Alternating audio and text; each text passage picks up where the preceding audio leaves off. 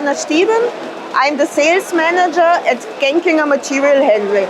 We are a German manufacturer for transport equipment for the textile industry and warehousing. Genkinger was founded in 1922, so we are in the business since more than 100 years meanwhile. All our equipment is manufactured and assembled in Germany. We export to the whole world and we are the market leader in this field. For the textile mills, our transport equipment is an initial part to contribute to the efficiency of a weaving mill. So for handling all kinds of materials like the warp beams, the batch rolls, the fabric rolls, also pallets, our trucks will support you and your operator by handling your material flow inside the weaving mill.